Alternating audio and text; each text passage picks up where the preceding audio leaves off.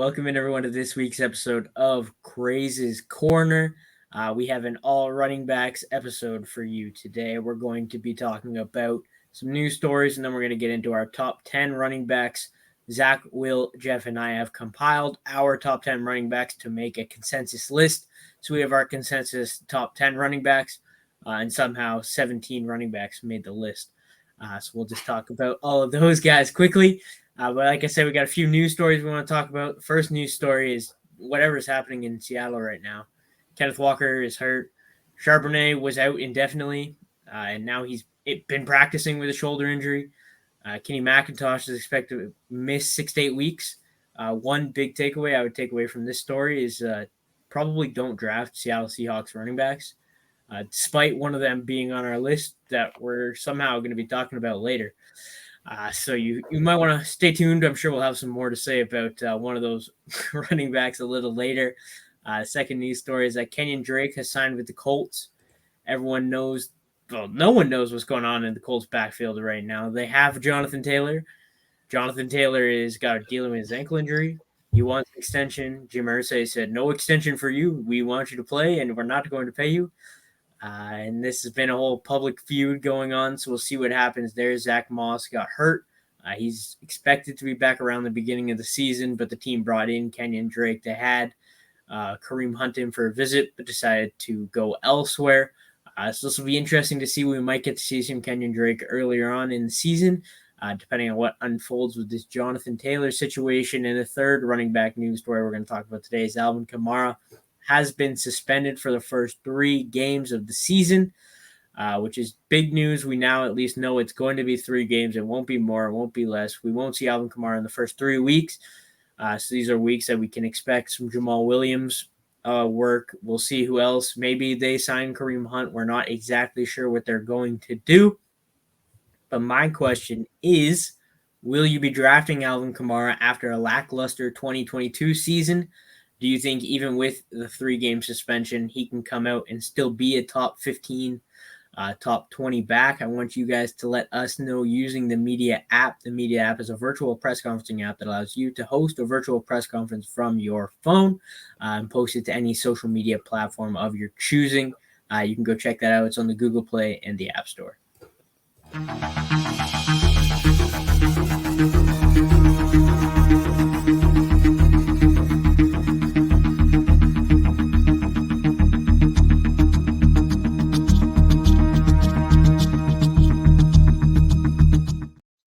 And now let's welcome in our guests, Zach, Jeff, and Will. How are we doing?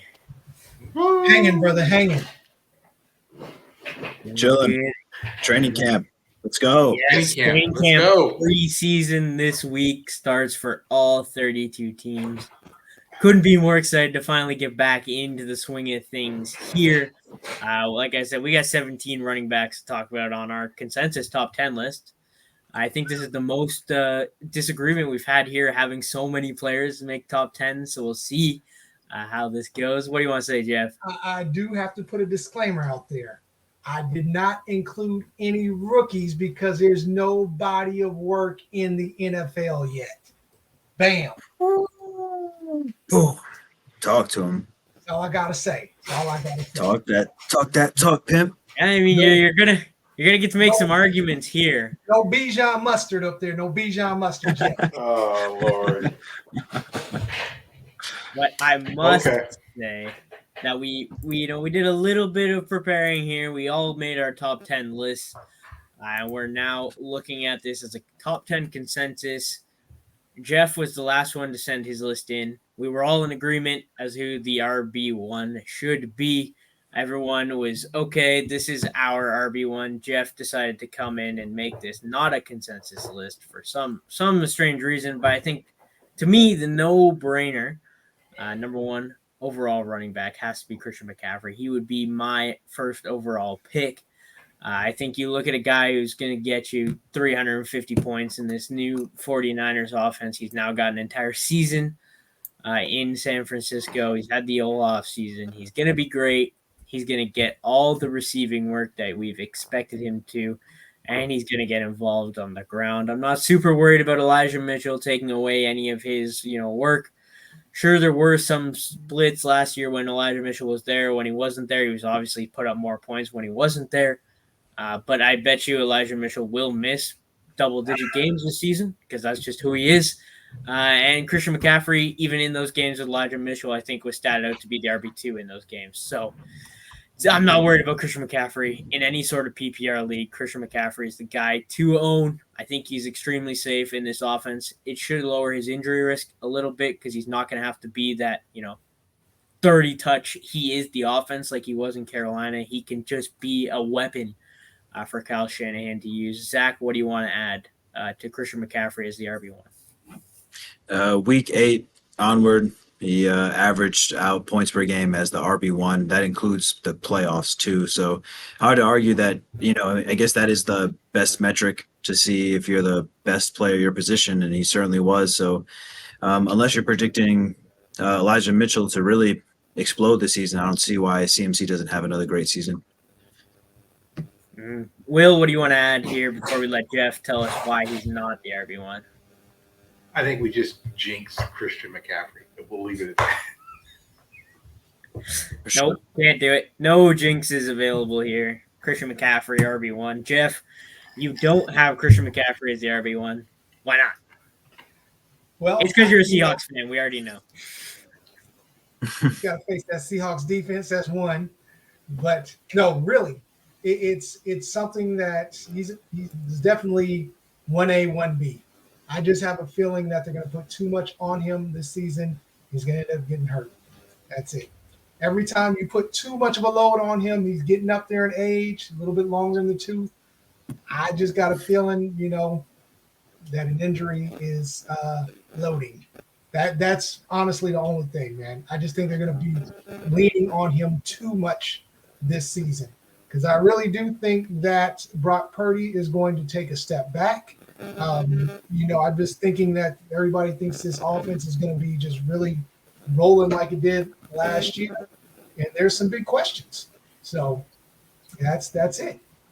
And there's definitely a little bit of questions. The quarterback position for sure. Is Brock Purdy going to start week 1? I think that's the way things are trending in training camp so far.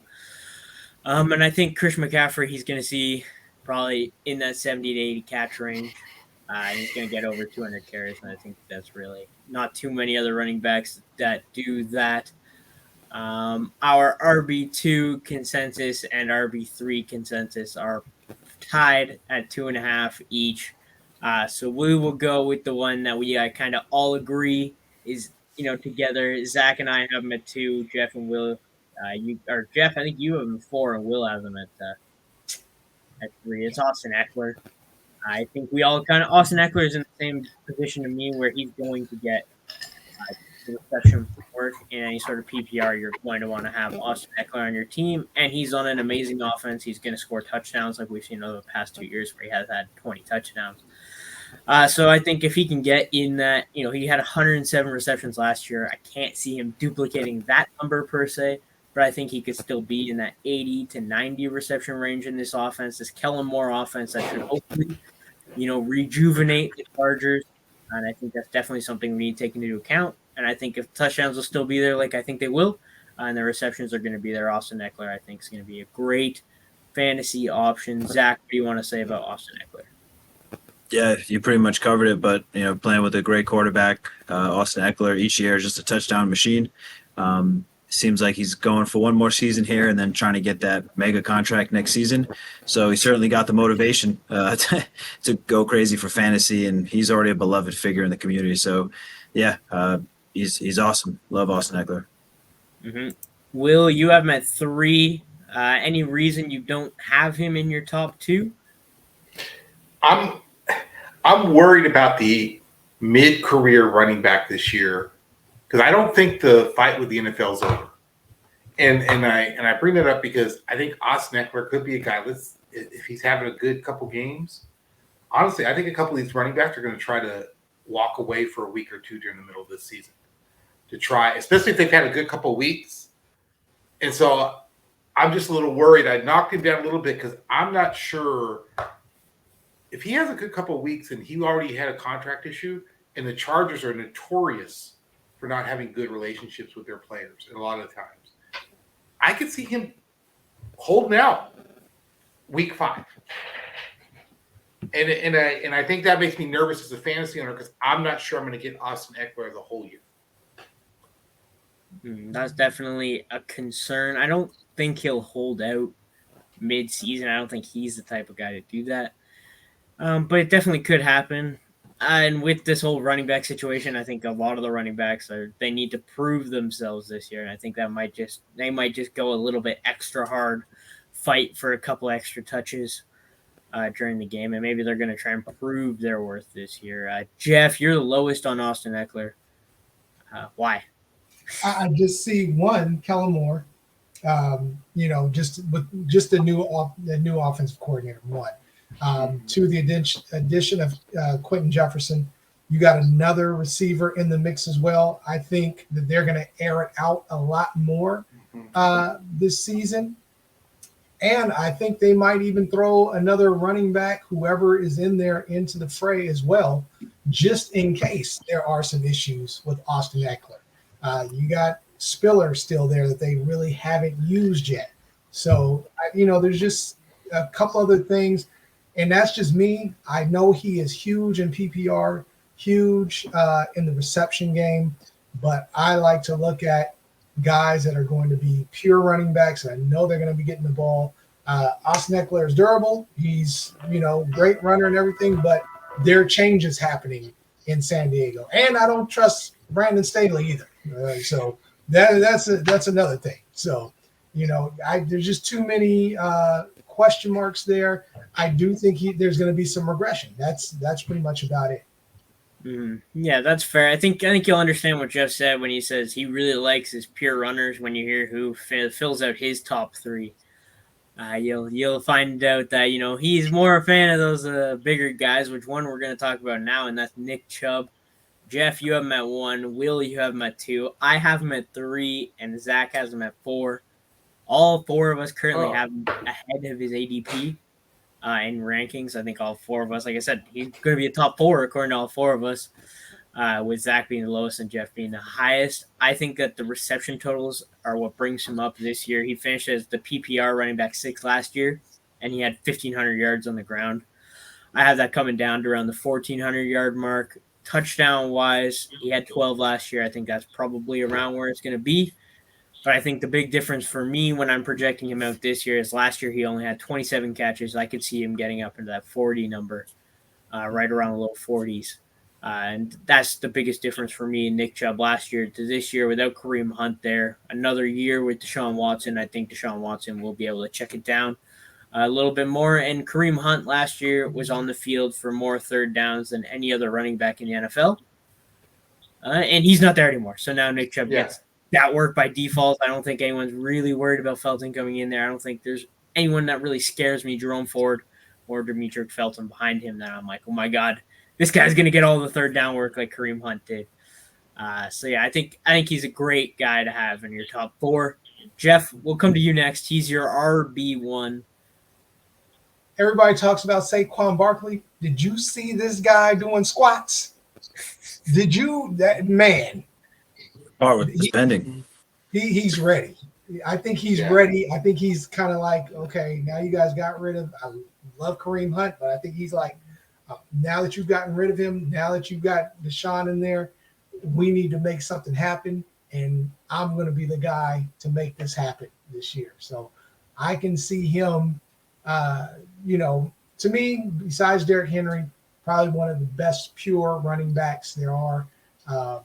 And I think that's going to be on display. Defenses are going to have to be on their toes. The only thing that kind of holds it back a little bit is that he's playing in the new black and blue division in that AFC North, some tough defensive lines. But, I still think he is going to be a dude that's going to be pounding the rock into the end zone a lot this season. So. Yeah, he should definitely get into double-digit touchdowns. Will, anything you want to add on Nick Chubb here? I kind of piggybacking off what Jeff said. It's like, honestly, he might be the safest bet at running back this season. Now, will he produce the most points if McCaffrey's healthy? No. But I think if the guy, it's a clear number 1. There's no gap, and I think that offense is going to run through him more than anyone expects. Mm-hmm. Yeah, if they want Deshaun Watson to succeed, the best way to do that is to run. Right. With Nick Chubb, Zach, you obviously hate Nick Chubb having him as your RB3. What are you doing all the way down there for number 4? Yeah, this guy's terrible. Get him out of here. No, I think it's just I looked at mine at more of a fantasy, like I play in all PPR leagues, which I'm assuming everyone does at this point, but it's just that reception part that the other guys just kind of, like you said, he's top 4, so he's still great to me. I just think there's a little more Deshaun Watson on a positive note this season than we saw last year, and Nick Chubb was just a touchdown machine. Like I always have a soft spot for some of these guys that are like prop bet darlings, and like every week an anytime touchdown for Nick Chubb was like almost guaranteed to happen. So I imagine you're going to get more of the same this year if Deshaun Watson can get it on track. Mm-hmm. Yeah, I agree. I think he will say he's probably the safest running back prospect, and with his injury history being almost non-existent, I think he probably is the safest out of these guys. We're going to talk about a guy here at number 4 who's definitely had some injuries in the past. Zach, you have him at 3. I have him at 4. Will and Jeff, you guys both have him at 6 on your list, and that's Saquon Barkley, the Giants' number 1 running back. He had 1,300 yards last year and 10 touchdowns on the ground, as well as 57 receptions. So he's a guy that definitely gets involved in the passing game, like you just said, Zach. In PPR formats, it's extremely important. And he scores. And as Jeff said, you're looking for a guy who runs lots, Jeff. 1,300 yards last year. You can't do too much better than that. I think for me, I don't expect this Giants offense to be quite as good as it was last year. I think it really surprised a lot of people last year. And I think that's something that could take a step back. I'm not fully confident in Daniel Jones. I don't want to be placing any bets that way, but I think Saquon's reception total can come down from 57 maybe into the 40s, which brings him down a little bit for me. I have him with 3 more receptions on the season than I did for Nick Chubb, which I think is just kind of, when you factor in Nick Chubb's running game, is what set him apart from Saquon, and I project the Browns to be a better offense. But yeah, for Saquon Barkley, I think he's a solid guy. He's one of the guys that I'm targeting at the end of the first round. I think if you play the ADP game, you might be able to end up with Saquon and Nick Chubb in the second round. And I think that'd be an amazing way to start. Zach, you have him ahead of Nick Chubb. What sets Saquon Barkley apart for you? That reception upside, and I think he's more of what you would consider like he's the offense. Whereas like Nick Chubb, I think is going to be a part of the offense. He'll be a huge piece, don't get me wrong, but I think you saw the stark difference between Daniel Jones' performance when Saquon Barkley has a good game. They're a completely different team. So I think there's just a target volume there with the receptions, the bump in PPR, and you're kind of splitting hairs, in my opinion, as far as like if I were to make a franchise for a running back, like it'd be so tough to choose between these two guys, but it's just the reception upside that separates them. Yeah, I think that is fair. We've seen it from Saquon Barkley, and what we're doing with Nick Chubb this year is projecting his reception total to go up, but we've never seen him get anywhere near the receptions that Saquon Barkley's had in the past. Jeff, Will, is there anything that you guys want to add on Saquon Barkley? Any reasons you guys have him all the way down at 6? The only thing that scares me is Daniel Jones getting paid. Yeah, That's it. He's gotten paid, and now I have a feeling once he's gotten paid, he's going to go back and actually do worse than he did last year. So that just means time, more time for the defense being out on the field and not the offense. So. he got it. Yeah, there you go. Will's keeping it short and sweet. We're going to move on to number 5 now. Another one of Jeff's guys, like we said at the top of the show. Jeff likes his pure runners, his big boys. So Derrick Henry is going to come in at 5 for us. Jeff, you have him at 3. I have him at 5. Zach at 7. And Will has him all the way down at 10, just barely breaking into the top 10. Derrick Henry's the RB4 in PPR last year. He got involved in the passing game a little bit more than we'd seen from him before. The team did go out and draft Tajay Spears, and so we'll see how that works out. He had 33 receptions last year. If he can keep that number somewhat similar and just be a beast on the ground like we've seen 3 of the past 4 seasons. He's had over 1,500 yards on the ground. The season he didn't, he was hurt. And I believe he only played in like 9 or 10 games that year, and he was still like a top 20 running back, if I believe, based on his finish. The touchdowns have been there. That's my main concern this year with Derrick Henry, where I don't have him in my top 4.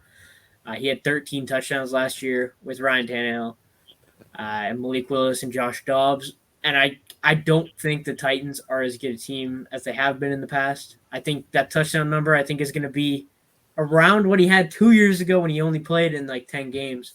I think it's going to be 10, 11 touchdowns on the ground, maybe 1 through the air. And if his rushing numbers just drop a little bit due to, rookie quarterback in there, maybe Malik Willis gets some time. Who knows what's going to be going on for this team if things start to fall apart. So I think he's a solid running back. Like I said, all these guys that we're talking about, they're in our top 10s. The negative things we're saying about them is just to get that point out there. It's not saying, Derrick Henry's going to be bad.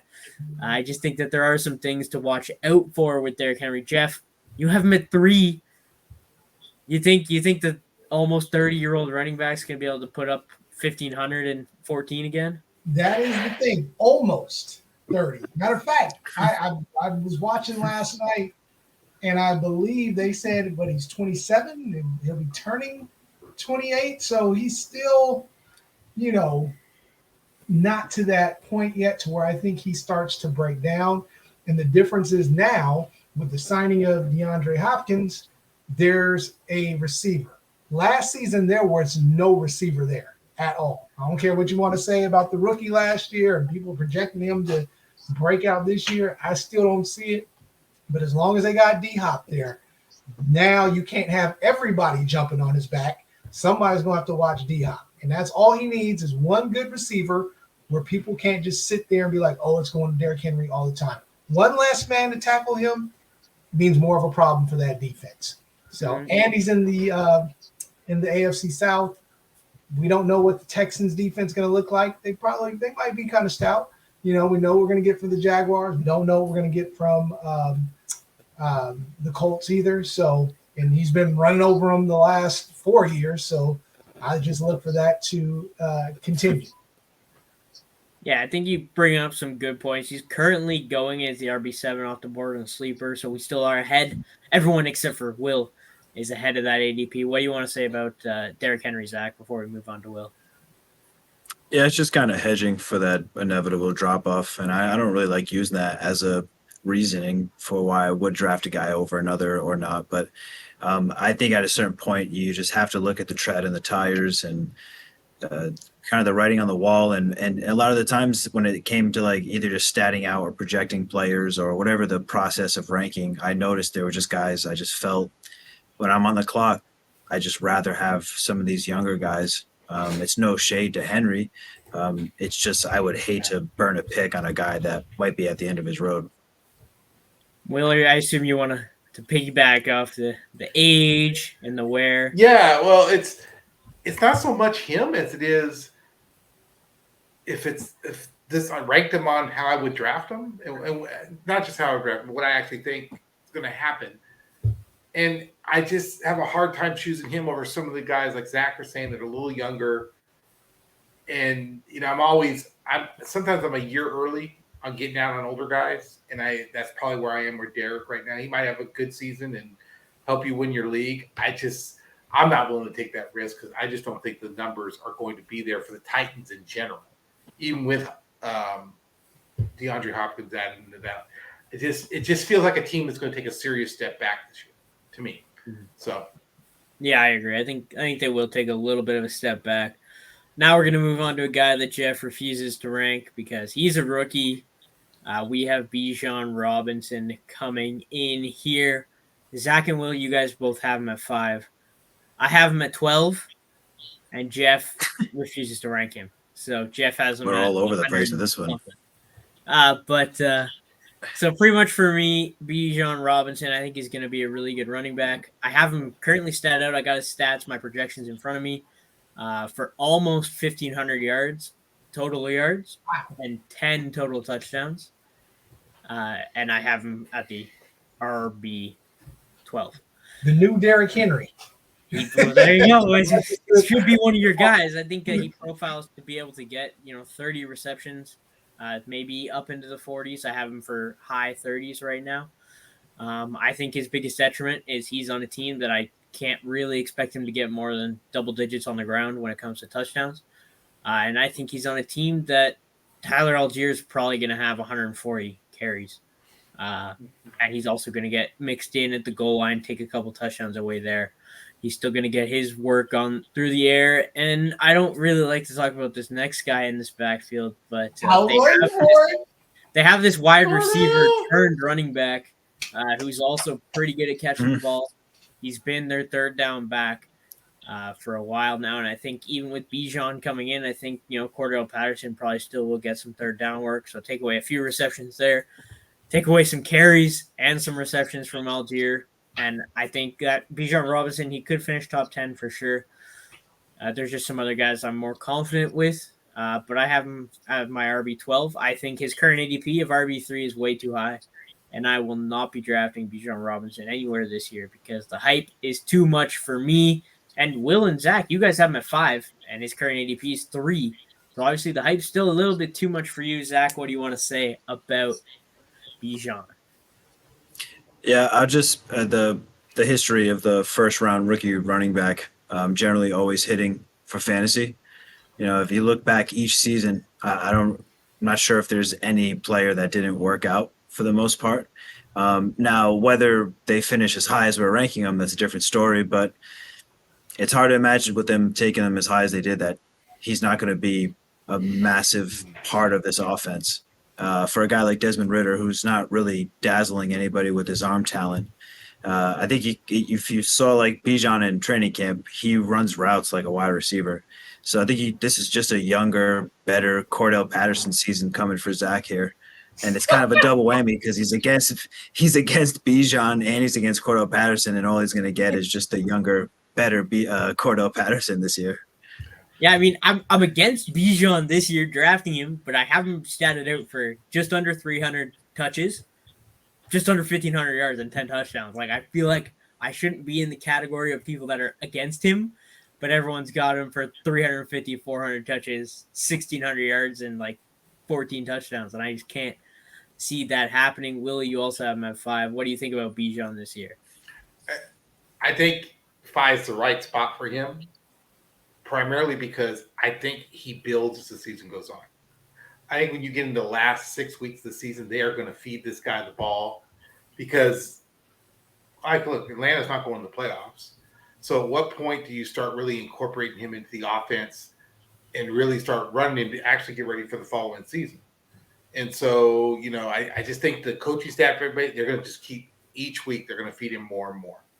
And the sooner Atlanta is out of it, actually, I think that'll be, it's someone that you're probably trying to trade for after week 3 or week 4, if you're not in a keeper league, because owners will probably maybe a little disappointed. All the hype won't live up to it in the first 2 weeks. Be okay, but not the numbers you wanted, especially if they're drafting 2 or 3 in the draft. So you may be able to snatch him up and use him to win yourself a championship near the end of the season. Mm-hmm. And I think for me, another reason that I'm a little bit lower on him than most people is because I don't trust Arthur Smith whatsoever. Tyler Algier was by far the best running back on that team for 16 weeks last year, and he didn't really start getting his play till the second half of the year. So I think that, Here we go. I don't trust the coach. I think he's going to work in all 3 of those running backs. I think Tyler Algier is still a good running back. Cordell Patterson's not, but Tyler Algier is. So I think for me, I think Bijan, top 12, but I'm not drafting him as RB3 ADP. Jeff, do you want to add anything? I know you don't think of running rookies as people. But, right now, he is RB3 on that team. According to the depth chart. The depth chart came out yesterday, and he was RB3. I was like, there's something wrong with Arthur Smith right there. So that kind of, I was just like, yeah, okay. Other thing is, just like you were saying, Tyler Algier, I think he is going to be their goal line back. then you still have to worry about Cordell Patterson. I think they're going to use him. I mean, he's definitely going to get used. But I think with so much hype on him, the defenses as well in the NFC South are not just walking through. You know, Tampa Bay's defensive line and their linebacker core, Saints defense, hell, Carolina's defense should be even better this year. So I don't think, you know, even though he could be a focal part of this this offense, I just think people are looking at him in this rookie season to carry this team. And that's what you're doing. If you're in the fifth position as the fifth top running, if you're in the top 5 of the NFL at the running back position, you are carrying a team. And I don't know if he's going to be doing that this season just yet. I'm not saying he's not going to be good. He could be top 10. I just don't see it top 5. Yeah, I think, you know, we'll see how this comes. I think, you know, I started to not like Cordell Patterson when he was getting in the way of David Montgomery really breaking out. You know, maybe people will start hopping on this hate Cordell Patterson train when he starts being the reason Bijan's not getting their 50 receptions that they want him to get. So we'll see. Maybe we'll get some people on the get rid of Cordell Patterson train here.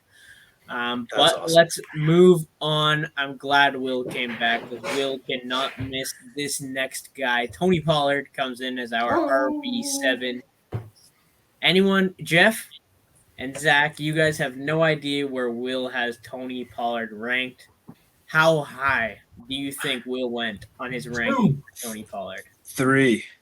4. 3. He went 4. So you guys both overshot it a little bit, but Will's got Tony Pollard as the RB4. Zach at 8. I have him at 11. He didn't make Jeff's list. This is a guy we saw last year. He started to get more involved in the offense as Zeke was on his way out. Zeke's gone, so we don't have to worry about that anymore. They got Malik Davis and Deuce Vaughn, neither of whom are really, you know, scaring me. I think it might be back. Yeah, it's gonna be a slow. Zeke off yet? Well, he's not there right now, but I think it's gonna be a slow start to the season for Pollard. I think he's gonna take a little bit of time just to continue recovering from the ACL injury. He'll probably be playing, but it's just gonna take some time to get back into that, which is what we see from most players. He finished as the RB8 last year, and I think in that 8 to 12 range is kind of where I think he'll fall. Like I said, I have him around 11. Zach, you have him right there, right at 8. And Will, super high. Will, I want to know why you think he can be the RB4. Oh, he's going to get way more touches than anyone imagines. Living in Dallas, you just get the vibe, you know, but they were all, you should have saw social media today and local media about Dak threw 3 interceptions. Like the pressure's already building on the Cowboys. And I think when Dak gets in a lot of pressure, he goes to his running back. And the coaching staff it's Mike McCarthy. I think Tony Pollard is going to get way more touches running the ball and catching the ball than people imagine.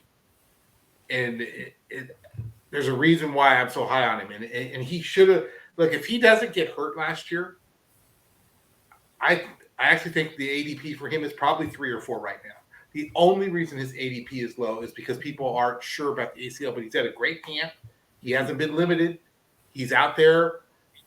You know, I don't think you'll see him play in the preseason, which will actually suppress his ADP a little bit, right? So, you know, I think you can get a steal with him, honestly, in your draft. You can get him in the second round when at the end of the season, everybody's be like, he should have been a first top 10, 12 player in your draft. Yeah, I think if he didn't get hurt, he probably would be higher when it comes to rankings and ADP. You brought up another concern. I talked about how I'm not a big fan of Arthur Smith and what he's going to do. I think I'm equally as concerned with what the hell Mike McCarthy's going to do with this offense now that Kellen Moore is not there. He's going to be Jerry Jones' puppet. So whatever Jerry Jones wants to do is what this team's going to do, and that scares me because Jerry Jones has not been making most football sense these past few years. So we'll see how that goes. Before we go to Jeff, let's hold on, but let's give Jerry credit on this one. And this is where I think, and it goes to your point, Zach. They got rid of Zeke and they kept Pollard. Everybody thought Pollard was going to be a free agent. Yep. And so if Jerry is influencing, I actually think that's better for Pollard than Jerry not influencing. I think it might be more Jerry wants to get money, so he'll work the passing game. You know, that's what everyone wants to see is Dak throw for 5,500 yards this year, and then when he has 20 interceptions to go along with it, I'm not sure how the Cowboys fans will feel, but I think that's the way that this offense might try and play.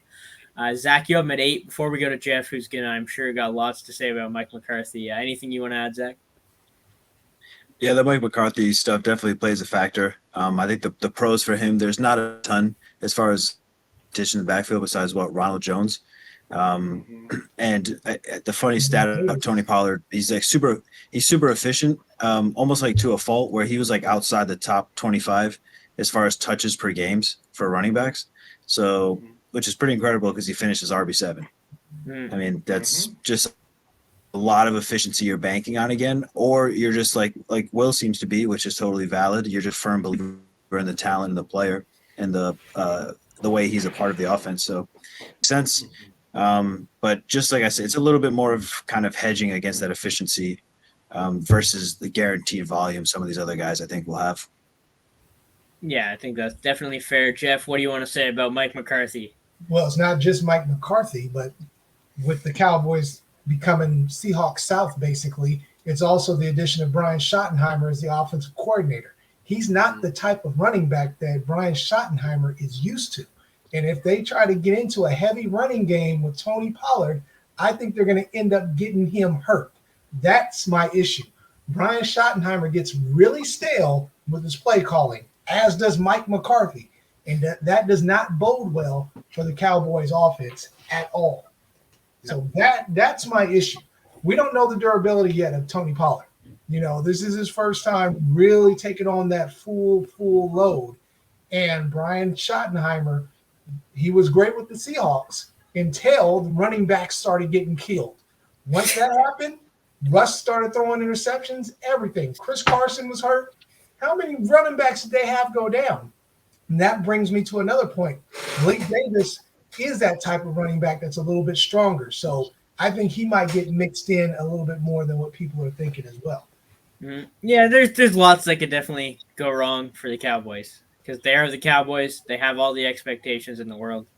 And one thing goes wrong, we're not going to hear the end of it. That is for sure. But let's switch gears here to the guy who was probably the RB darling of last year. If you drafted him, you probably were in the playoffs, and that's Josh Jacobs. Jeff, you have him at 5. I am at 6. Will at 8, and I do not believe he made Zach's list. And that's, Josh Jacobs, he's coming off of his best year ever. Obviously, it's not going to happen again. He's not going to have his best year ever again. Jimmy Garoppolo's in town now.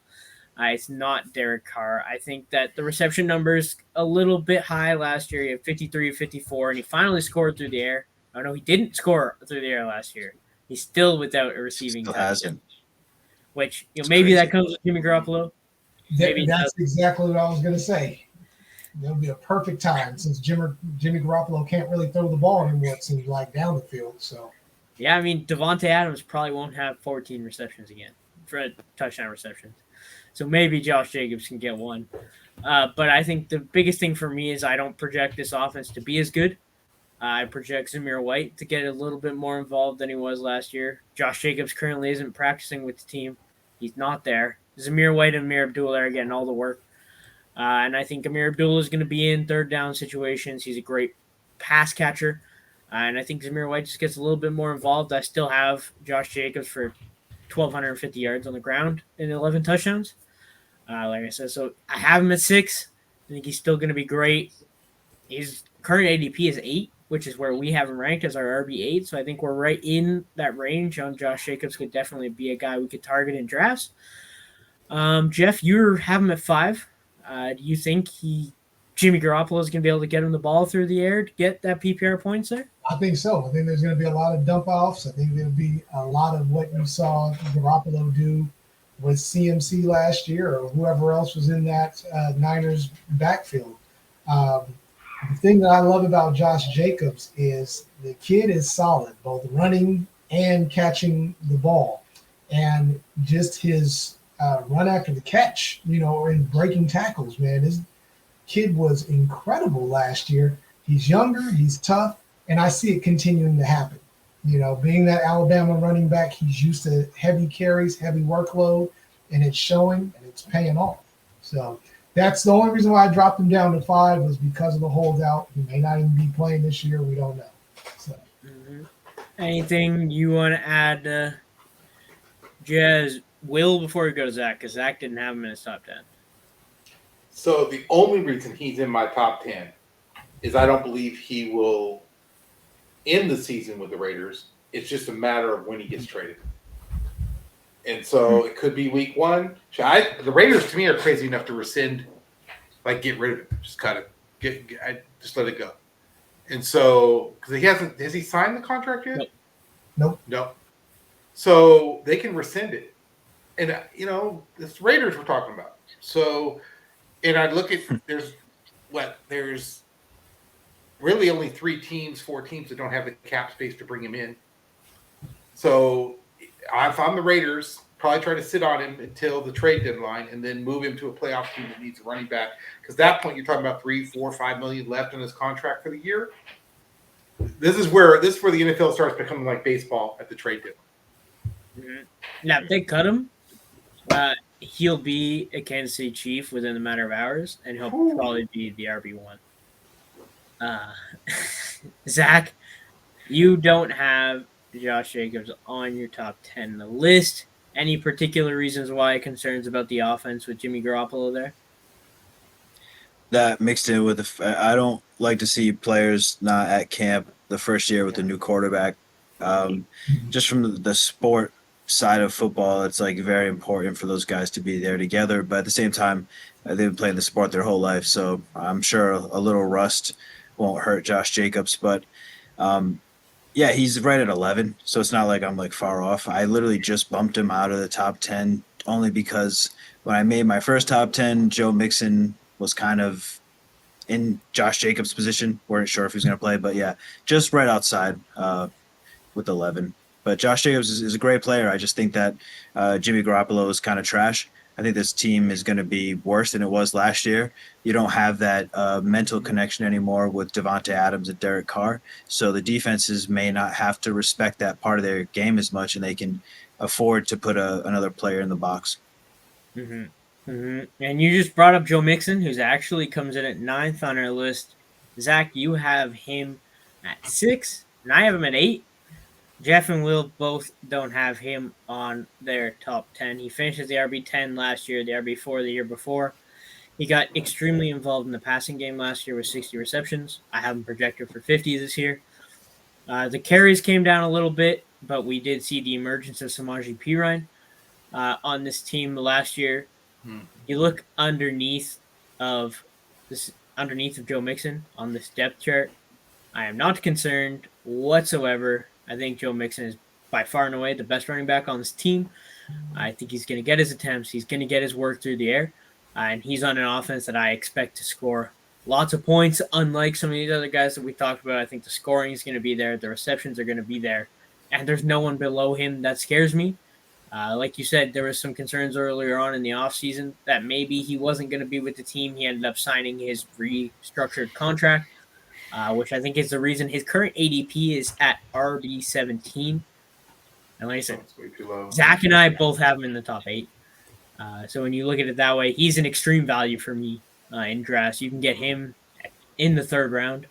You might be able to even get him in the 4th round in some drafts. And there's no reason whatsoever for me that I see that Joe Mixon isn't going to be another top 12 running back this year. Zach, you're the highest on him. You have him at 6. What do you want to say about Joe Mixon? You highlighted all the real points, lack of competition on a great offense, and perennially, that's how you say it, finishes around this ranking anyways. So now with the absence of Samaje Perine, it kind of like that whole argument with Tony Pollard. Now Zeke's gone. You could see a few more opportunities swaying towards Joe Mixon's way, kind of bumping him up in the RB rankings. But yeah, you kind of covered it. To be honest, Zach, that was pretty spot on. And thank you, Will and Jeff. You guys don't have Joe Mixon in your top 10, and I'm kind of curious to hear why. Which one of you two wants to start? Go ahead, Will. Neither. Hey, if I got my list to 11, he was 11. Okay. Sometimes I get hesitant with running backs holding out or any problem. It just seems like there's a curse, and Mixon's health worries me. To be honest with you. Mm-hmm. Yeah, that's definitely a real concern is his health. And now with the quarterback situation, I don't know if that's good or bad for him.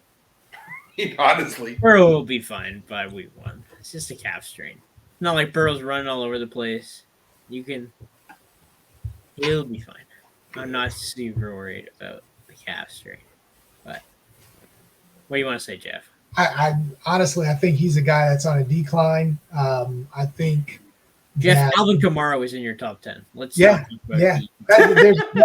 That's a definite talent difference right there between Kamara, and that should tell you something. I would draft Kamara over Joe Mixon because I believe that the receivers are the most valuable piece. Joe Mixon is more of an afterthought. He's a stable running back, which you're not winning a championship with him.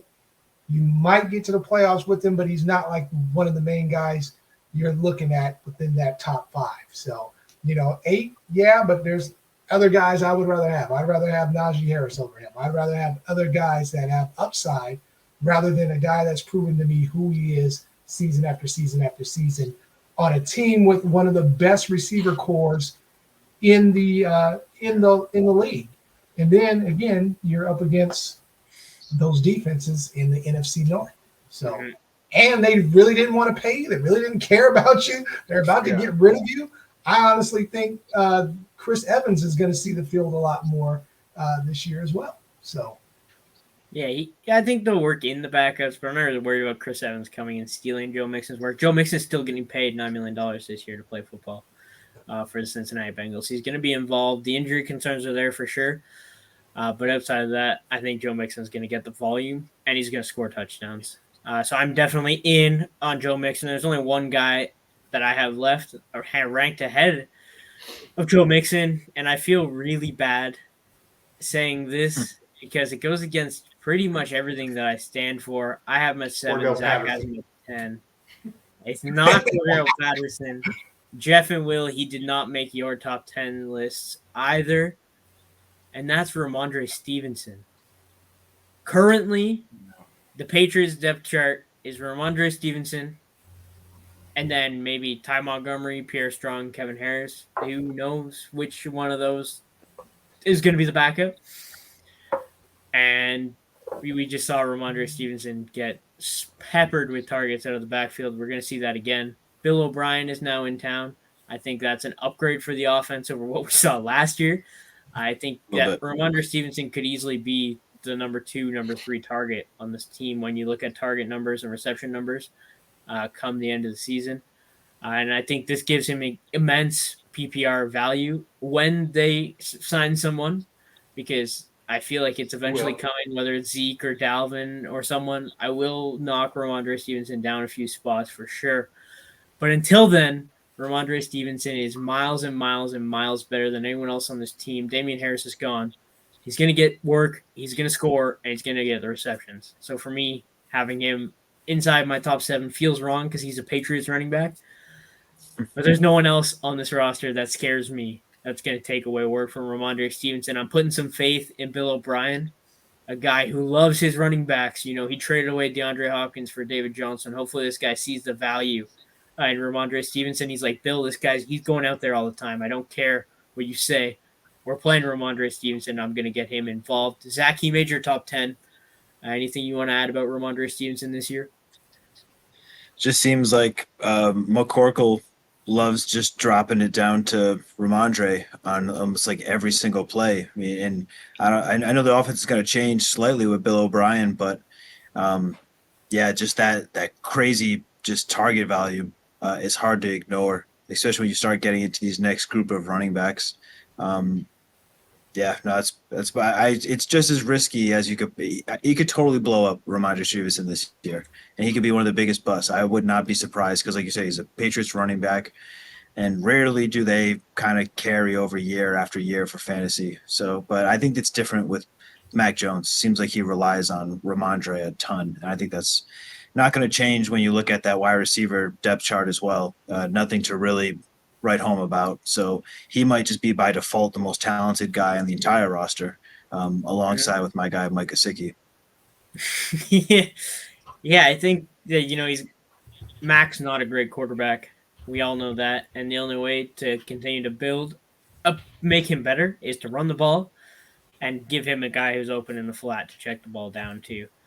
If they want to move the ball, that's how they're going to have to do it. I told you I think he could be the number 2 in receptions come the end of the season. I just looked at my projections. I have him projected to be the number 2 when it comes to receptions on the Patriots roster. They got Juju, Devonta Smith, and then Tyquan Thornton, Kendrick Bourne. Not really worried about them. They do have some good tight ends with Mike Gesicki and Hunter Henry. But I think Rhamondre Stevenson, just because he's going to get those checkdowns, gets more receptions than those two. Jeff and Will, again, you guys don't have Rhamondre in your top 10. Are you guys out on a Patriots running back? Is that the issue? Definitely. Because just like when things seem like it should make sense on the Patriots offense, it never does.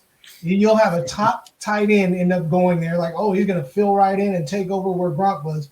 Now you got 3 other some other tight end that you never heard of that ends up getting playing time.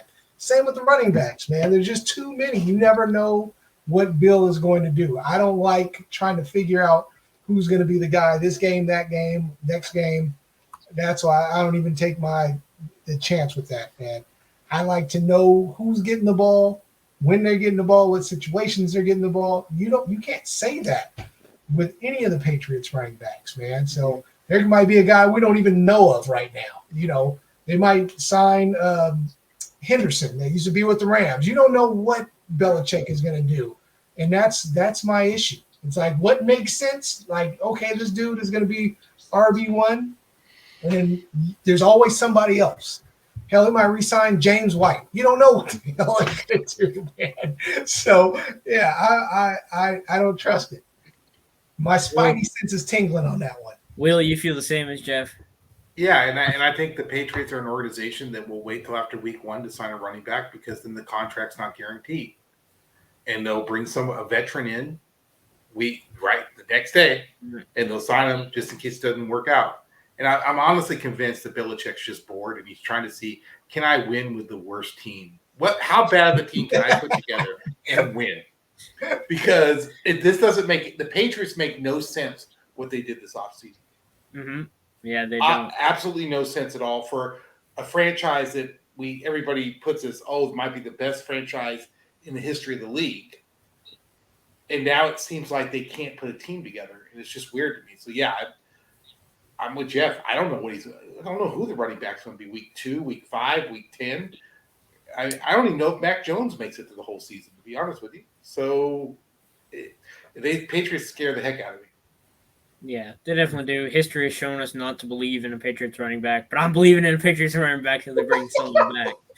We got a couple more guys. That rounds out our top 10 consensus list. We got a couple guys who made some lists. Najee Harris, Will, and Jeff both have him at 7. What do you guys want to say about Najee Harris? Just Pittsburgh running back. Kenny Pickett's getting better. They've got a decent wide receiver core. So I think this whole offense is going to get a little bit better this year. So that's pretty much it. It's going to get better, but I don't think it statistically can get worse. So it kind of has to get better. I have Najee he's currently ranked as my RB 16. To me, my running back 10 to 17 are kind of in a similar tier. That's kind of the way after the top 9. I feel like you just break off and you kind of pick your guy out of that tier. So I think Najee, to me, decent offense. He's not an efficient back, and I think that's kind of the downfall. And I don't predict him to get too many touchdowns. Willie, you have him at 7 as well. Is there anything you want to say about Najee Harris? And I get your thing about efficiency, right? I think the Steelers' offense is going to make a bigger jump than people think this year. Do you think they'll be a top half offense? Depends. I think there's a potential to be. I think Actually, I think the only I way think he they, could crack the top 10 for me was be if they're a Look. top 16 offense, and I don't. that Steelers coaching staff has proven that they are consistent and they know how to get the best out of their players. And I think everybody's undervaluing them. And if there's a sleeper team in the AFC, it's the Steelers to me. I'm buying that. But I currently have them projected to finish last in their division. A lot of people do. You're not alone. Well, a lot of people do, right? I know that's just like where they're projected to fall, but they definitely could. Their defense could win them a few games, and they could be that. I just don't. I don't project. If you had to ask me today, Cleveland's going to finish last. Cleveland has disaster written all over it. I already got injuries in camp. Too much stock. Deshaun Watson. Go. I think that you don't know what you're going to get with Deshaun Watson. This is that division where it's going to be all bunched up. We're not even going to know, who is actually going to be the team that's going to the playoffs until the last couple of weeks in the season. 3 of them. Except for the Bengals, that's usually how it's been with these guys. Hell, the Steelers were almost in the playoffs last season. So yeah, I think this division could have 3 playoff teams. Yeah, for sure. Zach, anything you want to say on Najee? You just worry about the offense. Yeah, I mean, I think I have him top 12, so I'm not too far away from you guys on it. It's just the inefficiency, and I'm not as cheery as you guys are on the Steelers' offense this year. To be totally honest, I don't believe in Kenny Pickett, and I don't know how many more years Mike Tomlin can pull off the impossible. And that's no shade to him at all. He's one of the GOATs in my opinion. But the way he's able to pull off a 500 season at least every single year. At a certain point, you just got to be like, man, they have to have a lopsided loss column compared to the wins of one season. And I think this might be it. And it really stems from Pickett, to be totally honest. I know Najee was a lot better down the stretch last season, but it's another one of those things because even in the top 12, I feel like you're still kind of, you're at a certain point where these guys are still great, but there's little nitpicks why I would pick other guys instead. And it's mainly due to that inefficiency, like Zach said. Yeah, I think that comes to it. And if we're going to talk about inefficiency, we might as well talk about a guy who was extremely efficient with his touches last year, who Will and I both have a 9, and that's Breece Hall. I think he's going to start off slow, kind of like I project Tony Pollard to start off slow. I think they both kind of start off slow. To me, Breece Hall comes into this Jets offense with Aaron Rodgers, and he's a better Aaron Jones. Probably from week 6 on, I think that's kind of how I have him projected. I think the targets are absolutely going to be there for Breece Hall. I'm not super worried about Michael Carter or Israel Abanikanda or Bam Knight. So I think that once Breece Hall, I think it will be a slow first 6 weeks, but once he takes off, I think it's going to be great. I have him projected to be my RB9, and that's on the basis of touchdowns because I project this Jets offense to be good. And receiving work, I think, is going to go Breece Hall's way. Will, you have him at 9. Anything else you want to say on Breece Hall here before we let Jeff and Zach talk about him? When they didn't sign Dalvin Cook, that reassured me that they're okay with their running back structure right now. Mm-hmm. And so, because if they would have signed Dalvin 2 weeks ago, there's no way he's in my top 10. No, not at all. Not at all. That's the same situation where if the Jets sign someone, Breece Hall is dropping. If the Patriots sign someone, Rhamondre is dropping. But as they sit now, I think they probably told Dalvin, they're like, Breece Hall is going to be our RB1, and you can come in and be the running back too. And Dalvin said no. And I think that's why he's not a Jet right now, in my opinion. Jeff, you look like you really wanted to say something on Breece Hall. That was my thing. I mean, he left there without signing anything, but I don't think he's completely off the table. He's not. That's because Aaron Rodgers really wants him, and that's been stated. And that's the thing that scares me. Until I know for a fact that the Jets are not going to sign him, I can't touch Breece Hall. And put him in that top 10. Mm. As our AFC East fan, Zach, is there anything you want to say about Breece Hall here? It's the year off the major injury. History shows players never perform like you're projecting them to the year back. It's also a mixture of. I think that Breece Hall was like one of the cons that he has is that he had a small lower part of his lower frame was considered small, like in his scouting reports. And a lot of these guys that aren't built like Adrian Peterson, who have just massive tree trunk, you know what I mean, like just behemoth, body structures, have a tough time bouncing back from these injuries. So I think he's a great talent, and next year he'll be in the top 5 for me most likely. But I think that injury is really what does it for me, keeping him like in that right around 15. Yeah, I think that's fair. Somehow we got a Seattle Seahawk. Was mentioned here. Kenneth Walker came in at number 8. Jeff was talking about the Jets. They might bring someone in to compete with Breece Hall, but we just saw the Seahawks bring in 2 people to compete with Kenneth Walker. They brought in Zach Charbonnet, used a higher pick on him than they did on Kenneth Walker. They also brought in Kenny McIntosh. We know DJ Dallas is going to see the field.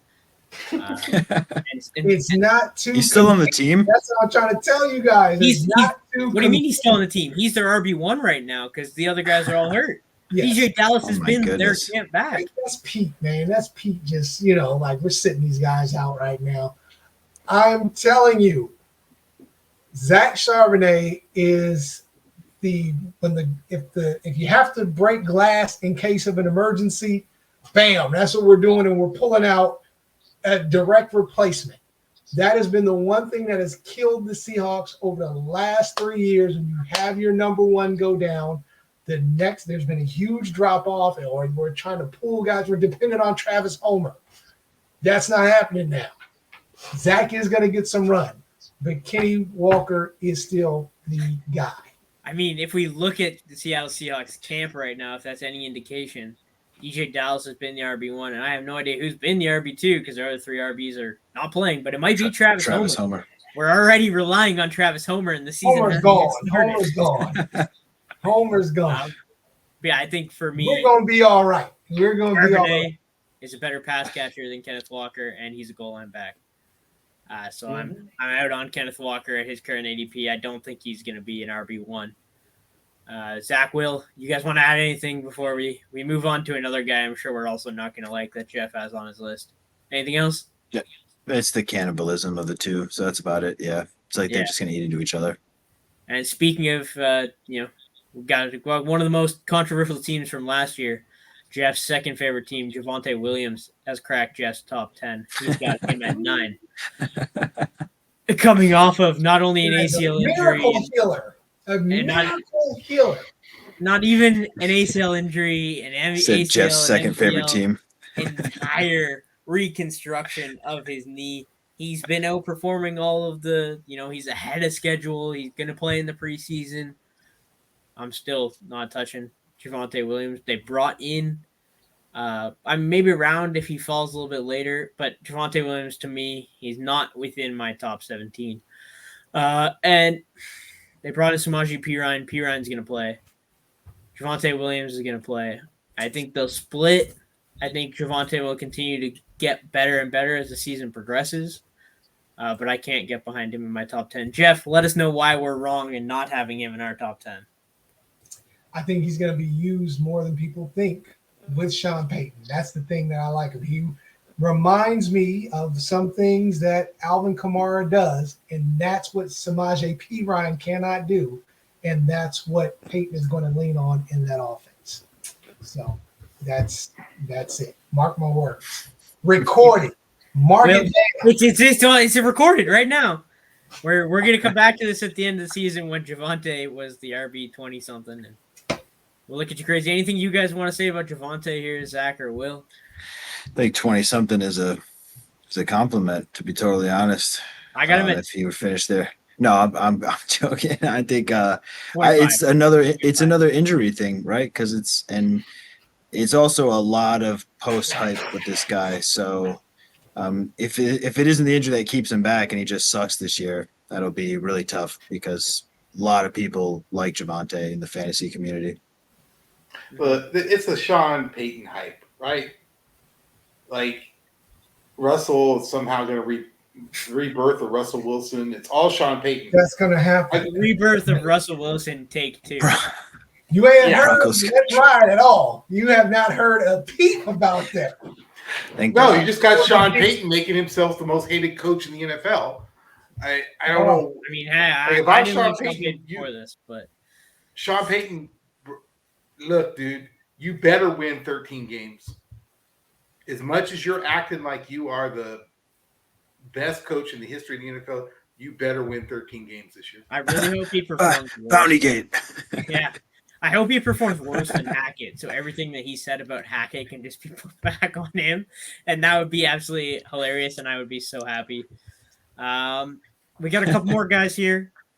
Zach, he cracked your top 10, but no one else's. Jonathan Taylor. Any particular reason why you think Jonathan Taylor can be a top 10 running back before Will and I absolutely jump in and say why he's not going to be? Well, he's got to play. That's about it. But so I'm hoping for that. Obviously, if I get the word that he's not going to play, he's not going to be there. But this off season has been just like slowly running backs have been like, all right, they're good to go. Like Saquon, Alvin Kamara. It's like I'm just kind of hoping this happens with Jonathan Taylor. But he's a great running back, and I think new offense, new quarterback. I think there's still some talent in there, and at the upside is really what I'm swinging for. Yeah, I think he's got the talent. I have him projected for over 1,100 yards on the ground. My biggest thing for Jonathan Taylor that we've seen in the past is his receiving work, and I have zero faith whatsoever that Anthony Richardson is going to be able to support Jonathan Taylor's receiving work. He had 40 receptions in his best year where he was the RB1. I have him projected to be 27 receptions this year. And I don't think their offense is going to be overly good. They're going to be near the bottom of that division. And, they're going to try and run him into the ground for sure. I think he's going to get 250-plus carries still. But I just think O-line's not what it used to be. The receiving work's not going to be there, in my opinion. It's very rare for rookie quarterbacks to be able to withstand an RB1. I'm not going to use that argument too much because I want you guys to forget about that when I talk about the guy that I'm going to talk about at the end of the show. But I think for this speaking of which, I was gonna that guy that you may be hinting towards last season played with a quarterback very similar to a mold of Anthony Richardson, and had himself a good season in the touchdown department. So there kind of could be something. Sure. But that's not. This isn't the same offense. This isn't the same offense. Definitely fair. But this isn't. You transition to your guy now from that one. Yeah, I think Anthony Richardson is going to run the ball a lot, and I think that's really the biggest downfall there. Will, Jeff, you guys want to say anything about Jonathan Taylor? I don't think he's going to be there. I don't think he's playing. There you go. Jeff doesn't think he's playing. I don't think he's playing. He's not playing for the Colts. Right, he's not playing for the Colts. Yeah. He's not not going anywhere else. He's going to get traded. Jonathan Taylor's going to get traded because he's Ursay is not going to give up. Yeah, One thing I know about Jim Irsay, he's stubborn. Exactly, and that's why he's not going to pay him, and that's why he's not going to play. So if Jonathan Taylor sits out on his own free will, then that's on him, but he can't. I can see it. He'd be the next Le'Veon Right Bell. now, he's adamant, like, I'm not playing. Yeah. Trade me. Look, I have not seen a player this adamant. I can guarantee you when it comes down to it, Jim Irsay is a stronger willed person than Jonathan Taylor is. That's why I'm saying he ain't. Jonathan Taylor will give up first. I think he's just going to be like, Jonathan Taylor's got a mortgage to pay. Yeah, true. There are 25 teams. There are 25 teams right now with over 10 million in cap space. We are going to see. I think people are going to be shocked how many running backs get moved before the trade deadline, because you got teams with a bunch of cap space that even if they have a good running back, there's good running backs available right now on the free agency market. I think we're not really the one thing about the devaluing of the running back position is it makes them easy to move. It's easy to move a guy on a 1-year contract and get something for him. And the Colts will move Jonathan Taylor at some point this season, just like the Raiders will move Jacobs. Because who would have thought Christian McCaffrey would have got traded last year? Honestly, that is true. Running backs they're going to be the NFL's version of baseball's trade deadline deals. Teams that are in the hunt will move for a good running back halfway through the season, and the teams that are already feeling they're out are going to move them to get draft picks. And it's not going to be consequential to the cap, which is what the NFL's always needed for trade deadline. Players at a key position that can move, because wide receivers can't do it. You're not trading Justin Jefferson midseason or any top wide receiver midseason because the cap hits too much. So Taylor's not playing for the Colts. Jacob's not playing for the Raiders. It's when they move and how long they get to play. Yeah, I don't think Jim Irsay moves Jonathan Taylor. Jim Irsay will not lose this battle. He's going to stick it out just to prove to the fact that he can do what he wants. And I think that Taylor will play for the Colts, and I just don't see the receiving work there. I brought it up a little bit, rookie quarterbacks don't normally support RB1s. But there have been a few exceptions, and I think that the Panthers could be one of these exceptions. I think Bryce Young is going to check the ball down a lot to Miles Sanders. Miles Sanders in his rookie year under Frank Reich had 50 receptions. I have him projected for 47. Frank Reich and Scott Fitterer have come out and said we want to get this guy back to his rookie reception numbers. We want to get him around that 50 mark for receptions.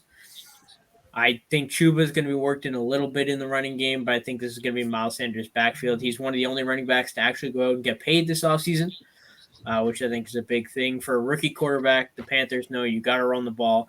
Bryce Young in college was able to support probably, if not the best, one of the best receiving backs with Jahmyr Gibbs, who I was surprised didn't make anyone's top 10 tier. He was just outside of mine, I think in the 13, 14 range. But yeah, he was able to support Jahmyr Gibbs in college, and I see no reason why Miles Sanders can't continue to build upon that check down work. In an offense where they don't really have a true number one wide receiver. Is it going to be Adam Thielen, DJ Chark, Jonathan Mingo, Laviska Shenault? We don't know. The tight end position is not really jumping out at you. They brought in Hayden Hurst. I talked about the Patriots, who I think that, Rhamondre could be the number 2 leader in receptions on this team. I currently have Miles Sanders to be the number 2 reception total on this team behind Adam Thielen. So I think, to me, it's the reception work. I only have him for 7 total touchdowns, 6 on the ground, 1 through the air. So I'm not projecting anything crazy touchdown-wise. I think his touchdowns come back because he's not on as good as offense as he was last year. I just think the receptions go up with Bryce Young. Anything you guys want to say? I'm the Panthers fan here. So maybe I'm reading into this a little too much, or I'm a little too confident, but you guys have faith Miles Sanders can get close to 50 receptions? I think he's a sleeper this year. I really, really do. He's in a great situation. I think, he's going to get receptions with Frank Reich. I'm already looking at what happened with the Colts being kind of that same type of offense being brought over to the Panthers with the rookie quarterback. My whole thing is just him staying healthy. That's it. If they will stay healthy, then, that's been my only thing with Miles Sanders. He is a guy that will miss games from a toe strain or something weird like that. And that's what I hate. Mm-hmm. Anything you guys want to add here? We got one more guy to talk about after. No. What an offseason. Miles Sanders is the running back that gets paid the most out of everybody. Yeah, literally. We got one more guy. He just made Jeff's top 10. He's suspended for 3 games. He wasn't good last year. He's on a downward trending offense. They brought in a guy who got paid almost as much as Miles Sanders and Jamal Williams. They drafted a running back. They almost signed Kareem Hunt. Sean Payton's not there anymore to get Alvin Kamara involved. And I currently have Alvin Kamara ranked outside the top 20. Jeff, he cracked your top 10. Let us know why. Just the addition of Derek Carr. They actually have a quarterback this year. And I think with the additions, with people having to watch Chris Olave, and if Michael Thomas is any good, that is actually going to open up things for him. I still think he has some ability. I think they still are going to need to lean on him in that offense. I think he's still going to be pretty dangerous. So, and he still does stuff that, Kendre Miller, we don't know exactly how he translates to this offense. Dennis Allen, which is not a great coach, I think he still holds on to a lot of the stuff that Sean Payton was trying to do. and tries to implement that. And that's why I think he's still going to be the guy that's seeing most of the action in that RB position. Yeah, I mean, the one good thing that Sean Payton always did with Alvin Kamara is he limited his touches. He went for the efficient play. And since Sean Payton has left, Alvin Kamara's had his 2 highest seasons when it comes to attempts. And he's not played full season either the past 2 years. Correlation, I think absolutely. You get him more work, he's going to be hurt. That tends to happen when your quarterback play is kind of awful and atrocious as well. Remember who we had as the quarterbacks. They were just wasn't good. For they brought in Jamal. Jameis was decent. It was okay, but once the wheels fell off of that train wreck, you're bringing in the red rifle and whoever else they started to throw in there. It was, I don't think anybody was going to be of any value other than Chris Olave just being peppered with balls all the time in that offense. So I just think you're bringing Jamal in. Stack the line waiting. I think they were actually waiting for Kamara to get the ball. So, yeah, Jamal Williams to me has a similar skill set to Kamara. They're both great goal line backs. They're both great out of the backfield catching the ball. And which one's going to get the goal line work? They'll probably split. Just compare Alvin Kamara to Jamal Williams or Jamal Williams to Alvin Kamara. They have similar skill sets. To me, they're the same. It's not like you have a Derrick Henry and a Christian McCaffrey type skill set. I'm giving you a Jamal Williams look right there, where even he's like, yeah, they play similar. If you look at the way Jamal Williams was used, but there is a talent gap there. There's a talent gap. There's a talent gap, but they play the same football. They play football the same way. And to me, that doesn't make any sense why you would bring in Jamal Williams if you plan on, still using Alvin Kamara. I don't think they knew they were going to have Kamara. I think a lot of people thought Kamara was going to be in jail. So that was my whole reason for that.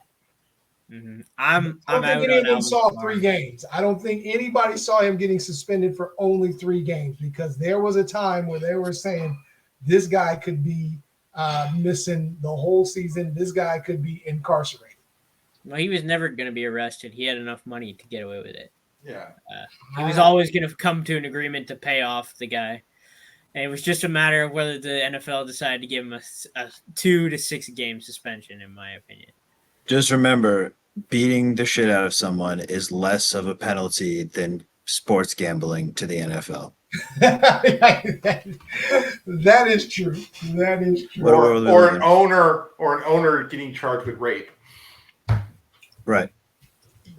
Or a quarterback having 30 plus sexual assault charges and getting the biggest paid contract of all time. To be fair, Deshaun Watson missed 11 games. Kamara only gets to miss 3. So technically, Deshaun Watson's punishment was greater than Alvin Kamara's 3-game suspension. But, Jesus. It's an interesting world we live in. That rounds out all of the guys that we had in top 10s that we brought up. 17 running backs for you there. Some of which I agree with, some of which obviously we did not all agree with. I think we had some great discussion. I hope you guys enjoyed. We'll hopefully be getting out a wide receivers top 10 show next week, or if not the week after. And everybody better be unanimous on who's number 1. I'm pretty sure Cordell Patterson can be played at the wide receiver position, and he's going to be my number 1 wide receiver. But yeah, I think we'll see. Maybe Jeff threw us off this week, so maybe Jeff will throw us off again next week with who's the number 1. I wouldn't be surprised if it's. I was going to say Michael Thomas. It'll be DK Metcalf, Michael Thomas, Tyler Lockett, Jackson Smith, and Jigba. And then, obviously, Jerry Jeudy, Cortland Sutton. Broncos. Jerry Jeudy, okay. It's going to be Tim Patrick if he didn't get hurt. Well, he got hurt, though. So maybe Marvin Mims will crack. I know. He's killing me, man. He's killing me. Marvin Mims to the top 10 for Jeff next week. So I have to stay tuned and see which Broncos and Steelers make the cut. Because I guarantee you Jeff will have at least one of each. Plus Michael Thomas on his list. So I hope you guys enjoyed. Thank you all for joining. You can check Zach out on Instagram at OceanStateFF. Jeff out at Media MPC, and I'm at Pro Football Craze. I hope you guys enjoyed. Make sure you tune in next week. Goodbye. Bye. Peace. Thanks, Zach. Peace out. Broncos country. That's right.